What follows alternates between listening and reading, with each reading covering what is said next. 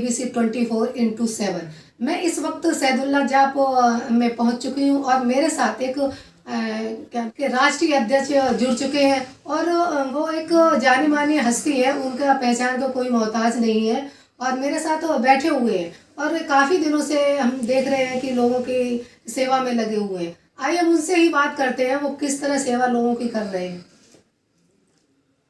हाँ, नमस्कार मोहम्मद जी। सर मुझे ये बताएं कि मैंने जैसे देखा कि आप काफ़ी मास्क है, ये है, और किन किन लोगों, कैसे लोगों को आप बांट रहे हैं? ये जो बुनियाद संस्थान है, ये लॉकडाउन में पैदा हुआ। लॉकडाउन में जैसे लोगों की स्थिति हुई थी, लोगों के पास काम नहीं था, राशन नहीं था। जो नेमसराय में मैं जहाँ पे रहता हूँ, मेरे आसपास झुग्गी झोपड़ी कॉलोनी है, जिसमें कहीं जो मास्टरमाइंड है 150 झुग्गी है, दुग्गल कॉलोनी है, नवसृष्टि है और धनकर रोड है। बंगला चौक पे कुछ गरीब परिवार रहते हैं। तो हमने अपने घर से खाना बनाना शुरू किया और बाद में जो है, क्योंकि मेरा NGO सेक्टर का अनुभव है, तो सब लोगों ने थोड़ा सा इसमें सहयोग किया। तो मार्च के लास्ट वीक से लेके अभी तक हम 40,000 के आसपास लोगों को एक दिन, एक हफ्ते या एक महीने का राशन पहुंचाया हमने 10 राज्यों में। हम 10 राज्य में हैं, दिल्ली है, यूपी है, हरियाणा, बिहार, राजस्थान, उड़ीसा, तमिलनाडु, महाराष्ट्र और उत्तर प्रदेश। तो इसमें जो है हम लोगों को, जो नीडी लोग थे, उनको राशन पहुंचाया और 10 राज्यों में हमने अभी तक 50,000 के आसपास मास्क बांटे हैं। तो सर जैसे आपने कई मतलब कंट्री गिना दी है, तो वहाँ क्या आप खुद जाते हो, मतलब वहाँ कौन इस हेल्प करता है? जो आसपास के इलाके हैं, तो जैसे यूपी में बागपत है, तो वहाँ तो मैं कोशिश करता हूँ, नहीं तो मेरे सब जगह वॉलंटियर हैं। उड़ीसा में भी वॉलंटियर हैं, तमिलनाडु में वॉलंटियर है, उत्तर प्रदेश में तो हमारा काफ़ी काम है, वहाँ पे भी वॉलंटियर हैं। तो दिल्ली से अलग मैक्सिमम काम वॉलंटियर के थ्रू होता है। तो इसमें जो है उत्तर प्रदेश में हमारा एक फुल फ्लेज प्रोग्राम है, जिसमें राष्ट्रीय अध्यक्ष हैं कृष्ण कुमार शर्मा, और जो बनास वाला क्षेत्र है, जो काशी क्षेत्र है, वहाँ पे जो 10 जिलों का हम देखते हैं, हेमंत राज, इंजीनियर हेमंत राज, और यहाँ के महासचिव हैं रामरूप शर्मा जी। तो ये पूरा उत्तर प्रदेश का काम देखते हैं। और जो अध्यक्ष जी हैं, उनकी मास्क की फैक्ट्री है, उनका खुला ओपन वो है कि हिंदुस्तान में हमारी ज़रूरत है, तो जहाँ पे मास्क की सहायता होगी तो हम करेंगे। तो हम अब तक 50,000 से ज़्यादा मास्क बांट चुके हैं।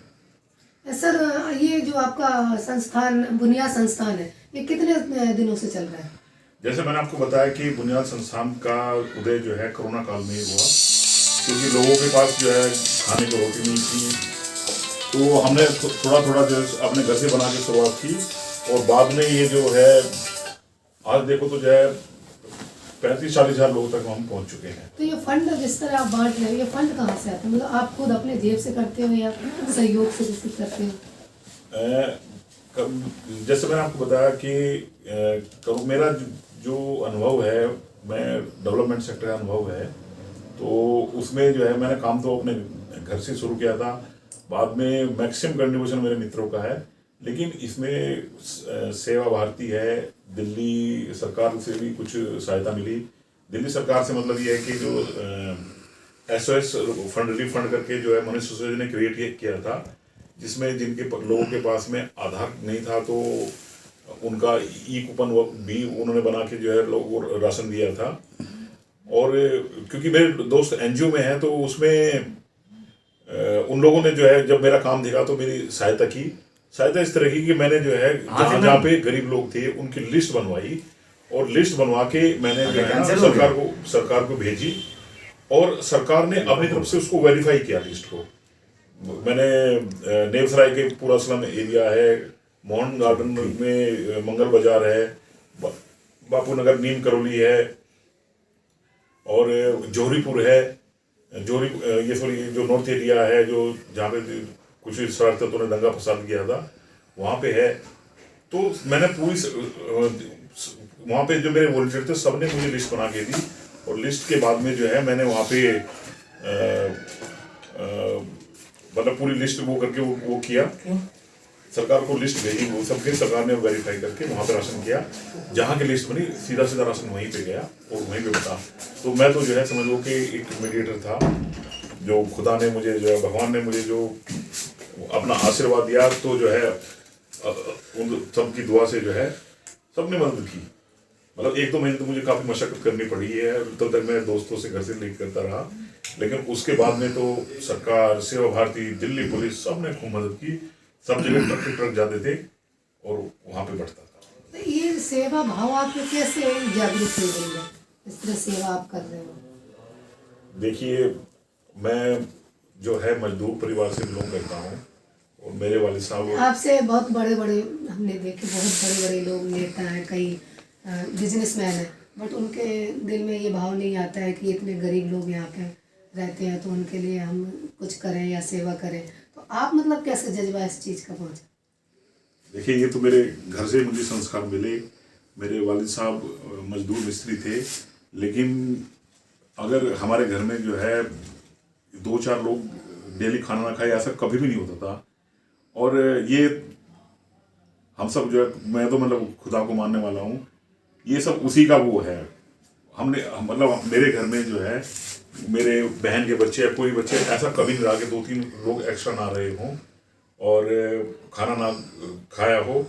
तो मतलब हमारे घर से 4-5 लोग हैं तो हमेशा खाना बनता ही था, निकलता है, आज भी निकलता है। कहा जाए तो खुदा की बरकत थी है, जिससे आप बता रहे हो। हाँ, लेकिन मैं एक चीज बोलता हूँ और शायद आप भी मानेंगे, मैं कुछ नहीं। और ये जो अगर खुदा या भगवान चाहता है तभी पॉसिबल होता है।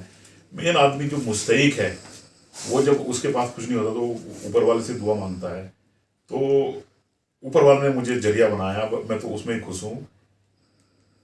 अब आगे क्या रणनीति, अब आगे क्या करोगे, तो फिर लोगों के बीच आप जाने की मशक्कत करोगे? बहुत छोटा सा सपना देख के अब तो ये सपना बहुत बड़ा हो गया है, 10 राज्यों में पहुंच चुके हैं। अभी हम लोग जो है जो बुनियाद संस्थान है, वो छोटे बच्चों और महिलाओं के मुद्दे, पर्यावरण के मुद्दे, युवा रोजगार, संलग्नता और एम्प्लॉयमेंट, यानी कि हम बच्चों को एजुकेट करेंगे, फिर उनको एम्पावर करेंगे, ग्रूमिंग करेंगे और फिर उनको रोजगार देंगे। मैं जो मेरा बिजनेस है वो मेन पावर का है। मैं यूनिफॉर्म बनाता हूँ, मेरी पूरी पैन इंडिया लेवल पे होती है। तो जिनको मैं यूनिफॉर्म देता हूँ वो लोग भी मेरे साथ जुड़े हैं। मेरे नेक जज्बे को देख के उनका बहुत योगदान है, वो मेरे साथ में है। तो हमने एक संस्था बनाई है, बुनियाद कामगार संस्थान करके, तो जिसमें हम गवर्नमेंट की जैसे नेप्स स्कीम होती है, जिसमें लोगों पे ESIPF लागू नहीं होता, तो मतलब 2 लोगों के बजाय 3 लोग उसमें मिल जाते हैं। तो उसमें बहुत सारे लोगों का ऑफर है। तो हम लोगों को रोजगार देंगे और बच्चों को पढ़ाएंगे, एजुकेट करेंगे। जो भी इसका प्रॉफिट होगा वो बच्चों को स्कॉलरशिप देने में करेंगे।